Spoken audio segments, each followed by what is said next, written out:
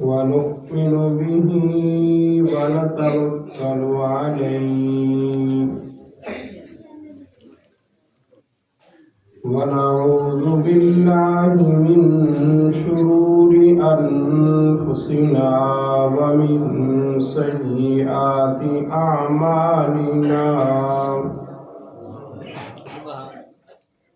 من يهده الله فلا مضل له ومن يضلله فلا هادي له ونشهد أن لا إله إلا الله وحده لا شريك له ونشهد أن سيدنا ومولانا محمدا عبده ورسوله أرسله بالحق بشيرا ونذيرا وداعيا إلى الله بإذنه وسراجا منيرا أما بعد فأعوذ بالله من الشيطان الرجيم بسم الله الرحمن الرحيم ألف لام ميم ذلك الكتاب لا ريب فيه هدى للمتقين قال النبي صلى الله عليه وسلم خيركم من تعلم القرآن وعلمه صدق الله العظيم وصدق رسوله النبي الكريم بزرگان محترم و برادران عزیز،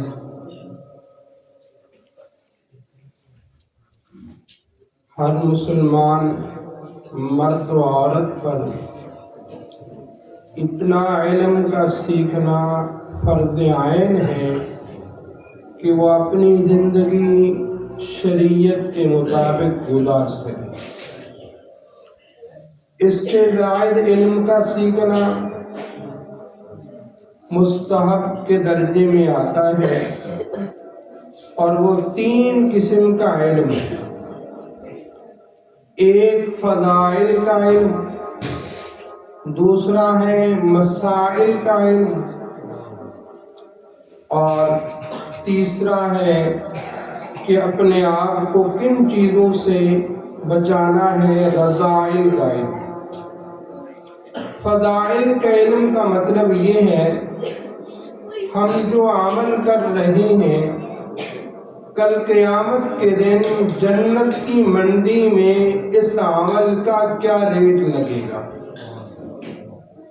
ہم وضو کر رہے ہیں اور وضو کی ابتدا میں بسم اللہ الرحمن الرحیم پڑھتے ہیں، اور ایک حدیث مبارکہ میں آتا ہے حضور اکرم صلی اللہ علیہ وسلم نے فرمایا جو آدمی وضو کی ابتدا میں بسم اللہ والحمدللہ پڑھ لیتا ہے اور جب تک اس کا وضو رہتا ہے، اس کے اعمال نامہ لکھنے والا فرشتہ مسلسل اس کے نامہ اعمال میں نیکیاں لکھتا رہتا ہے۔ اس کا وضو 4 گھنٹے رہا، 5 گھنٹے رہا، 6 گھنٹے رہا، اس نے وضو کی ابتدا میں بسم اللہ والحمدللہ پڑھا تھا، یہ مسلسل جب تک وضو رہا اس کے نامہ اعمال میں نیکیاں لکھی جا رہی ہیں۔ پھر وضو ختم ہوا، دوبارہ اس نے وضو کیا، پھر بسم اللہ والحمدللہ پڑھ لیا، دوبارہ وہ فرشتہ اس کے نامہ اعمال میں نیکیاں لکھ رہا ہے۔ اس چیز کے علم کا آنا اس کو فضائل کا علم کہتے ہیں۔ حضور اکرم صلی اللہ علیہ وسلم کا ارشاد مبارک ہے، جب آدمی وضو کرتا ہے، ہر عضو کو دھوتے وقت بسم اللہ الرحمن الرحیم پڑھتا ہے اور اس کے بعد دوسرا کلمہ پڑھ لیتا ہے، اس کے مرنے کے بعد کل قیامت کے دن جنت کے 8 دروازوں سے اس کو بلایا جائے گا، جس دروازے سے چاہے جنت کے اندر داخل ہو۔ یہ فضائل کا علم ہمیں آ جائے تو یہ مستحب علم ہے، اس علم کا حاصل کرنا ہمارے لیے مستحب ہے۔ اسی طرح قرآن پاک کی تلاوت ہے، قرآن پاک کا پڑھنا اور پڑھانا ہے۔ حضور اکرم صلی اللہ علیہ وسلم کا ارشاد مبارک ہے، تم میں سے بہترین آدمی وہ ہے جو قرآن پاک سیکھے اور سکھائے۔ یہاں بہترین کہا گیا ان لوگوں کو جو قرآن پاک سیکھتے اور سکھاتے ہیں، اور حضور اکرم صلی اللہ علیہ وسلم کا ارشاد ہے، رب تعالیٰ جس کے ساتھ بھلائی کا معاملہ فرماتے ہیں اس کو دین کی سمجھ عطا فرماتے ہیں۔ دین کی سمجھ، دین کی طرف متوجہ ہو جانا، یہ رب تعالیٰ کی طرف سے بھلائی کا معاملہ ہے، ہمارے ساتھ خیر کا معاملہ ہے۔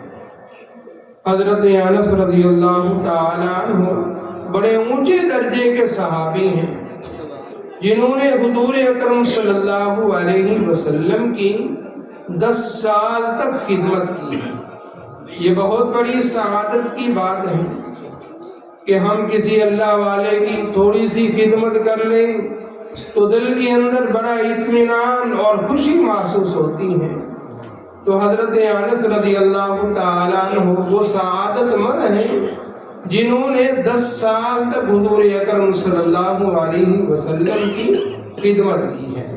خود فرماتے ہیں جب آقا علیہ السلام مدینہ کے اندر تشریف فرما ہوئے تو میری والدہ مجھے لے کر حضور اکرم صلی اللہ علیہ وسلم کی خدمت میں حاضر ہوئے۔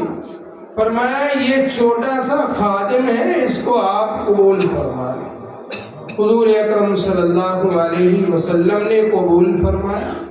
پھر میرے لیے دنیا اور آخرت کی بہت ہی زیادہ دعائیں مجھے دیں، ان میں سے ایک دعا یہ بھی دی کہ رب تعالیٰ انس کی عمر کو لمبا فرما دے۔ تو اللہ رب العزت نے وہ دعا قبول فرمائی۔ حضرت انس رضی اللہ تعالیٰ عنہ نے 100 سال عمر پائی، اور دوسری دعا حضور اکرم صلی اللہ علیہ وسلم نے یہ فرمائی کہ اس کے مال میں برکت عطا فرما دے۔ حضرت انس رضی اللہ تعالیٰ عنہ فرماتے ہیں دوسرے حضرات کا باغ سال میں 1 مرتبہ پھل دیتا تھا، اور میرا جو باغ تھا وہ سال میں 2 مرتبہ پھل دیا تھا۔ اور تیسری دعا حضور اکرم صلی اللہ علیہ وسلم نے فرمائی کہ رب تعالیٰ اس کی اولاد کو بھی زیادہ فرما دے۔ تو اللہ رب العزت نے اتنی اولاد دی، جب ہم لوگ فرماتے ہیں بیت اللہ کا طواف کرنے کے لیے جایا کرتے تھے تو وہ سارا مطاف میری اولاد سے بھر جاتا تھا، اتنی اللہ رب العزت نے اولاد عطا فرمائی۔ تو یہی حضرت انس رضی اللہ تعالیٰ عنہ حضور اکرم صلی اللہ علیہ وسلم کا ارشاد مبارک نقل فرماتے ہیں۔ حضور اکرم صلی اللہ علیہ وسلم نے فرمایا جس آدمی نے اپنے بچے کو نازل قرآن پاک سکھلا دیا، دیکھ کر پڑھنا سکھلا دیا، رب تعالیٰ اس عمل کی وجہ سے اس کے اگلے پچھلے سب گناہوں کو معاف فرما۔ بہت بڑی سعادت کی بات ہے نازل قرآن پاک پڑھنا، اور اس کے والدین کے لیے بھی بہت بڑی سعادت کی بات ہے۔ حضور اکرم صلی اللہ علیہ وسلم نے فرمایا جس آدمی نے اپنے بچے کو قرآن پاک کا حافظ بنا دیا، حفظ کے لیے اس کو وقف کر دیا، حافظ بنا دیا، کل قیامت کے دن ایسے شخص کو 14ویں چاند کے مشابہ اٹھایا جائے گا اور اس کے بیٹے کو کہا جائے گا قرآن کی تلاوت شروع کرو۔ بیٹا قرآن پاک کی پہلی آیت پڑھے گا، باپ کا جنت کے اندر پہلا درجہ ہوگا۔ بیٹا دوسری آیت پڑھے گا، باپ کا جنت کے اندر دوسرا درجہ ہوگا۔ بیٹا تیسری آیت پڑھے گا، باپ کا تیسرا درجہ ہوگا۔ یہ بیٹا قرآن پڑھتا جائے گا، باپ کے جنت کے اندر درجے بلند ہوتے جائیں گے۔ بیٹا قرآن پاک کی آخری آیت پڑھے گا، باپ کا جنت کے اندر آخری درجہ ہوگا۔ یہ کتنی بڑی سعادت کی بات ہے ان حضرات کے لیے جنہوں نے اپنی اولاد کو قرآن پاک حفظ کرایا ہے، حافظ بنا دیا۔ یہ ان کے لیے بہت بڑی خوشخبری ہے، بہت بڑی سعادت ہے۔ اور میرے بھائی، یہ دین ہم سب کا مشترکہ ہے، یہ صرف مولویوں کا دین نہیں ہے بلکہ ہم سب کا مشترکہ ہے۔